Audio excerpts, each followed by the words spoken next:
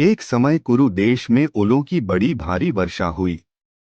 इससे सारे उगते हुए पौधे नष्ट हो गए और भयानक अकाल पड़ गया।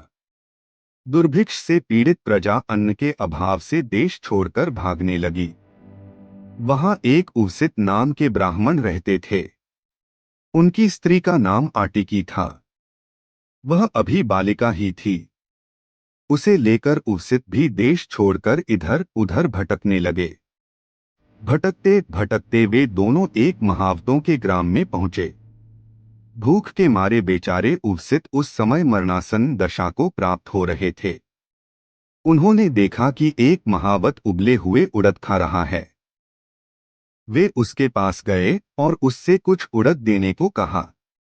महावत ने कहा, मैं इस बर्तन में रखे हुए जो उड़द खा रहा हूँ, इनके अतिरिक्त मेरे पास और उड़द नहीं। तब मैं कहाँ से दूं? उसित ने कहा, मुझे इन्हीं में से ही कुछ दे दो। इस पर महावत ने थोड़े से उड़द उसित को दे दिए और सामने जल रखकर कहा, लो, उड़द खाकर जल पी लो।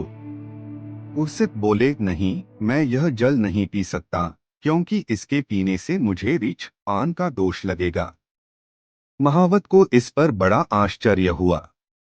उसने पूछा कि ये उड़द भी हमारे जूठे हैं, फिर जल में ही क्या रखा है जो इसमें जूठन का दोष आ पड़ा? उसित ने कहा, भाई, मैं यदि यह उड़द न खाता तो मेरे प्राण निकल जाते। प्राणों की रक्षा के लिए आप धर्म की व्यवस्था अनुसार ही मैं उड़द खा रहा हूँ, पर जल तो अमृत भी मिल जाएगा। यदि उड़द की तरह ही मैं तुम्हारा जूठा जल भी पी लूं, तब तो वह स्वेच्छाचार हो जाएगा। इसलिए भैया, मैं तुम्हारा जल नहीं पीऊंगा। यूं कहकर उसित ने कुछ उड़द स्वयं खा लिए और शेष अपनी पत्नी को दे दिए। ब्राह्मणी को पहले ही कुछ खाने को मिल गया था, इसलिए उन उड़दों को उसने खाया नहीं, अपने पास रख लिया। दूसरे दिन प्रातःकाल उसित ने नित्यकर्म के बाद अपनी स्त्री से कहा, क्या करूं? मुझे जरा सा भी अब कहीं से खाने को मिल जाए तो मैं अपना निर्वाह होने लायक कुछ धन प्राप्त कर लूं, क्योंकि यहाँ से समीप ही एक राजा यज्ञ कर रहा है। वह ऋत्विक के कार्य में मेरा भी चयन कर लेगा।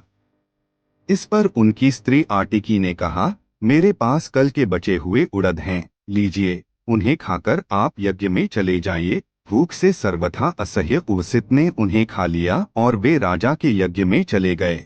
वहां जाकर वे उद्दाताओं के पास बैठ गए और उनकी भूल देखकर बोले, प्रस्तावकता, आप जानते हैं जिन देवताओं की आप स्तुति कर रहे हैं वे कौन हैं?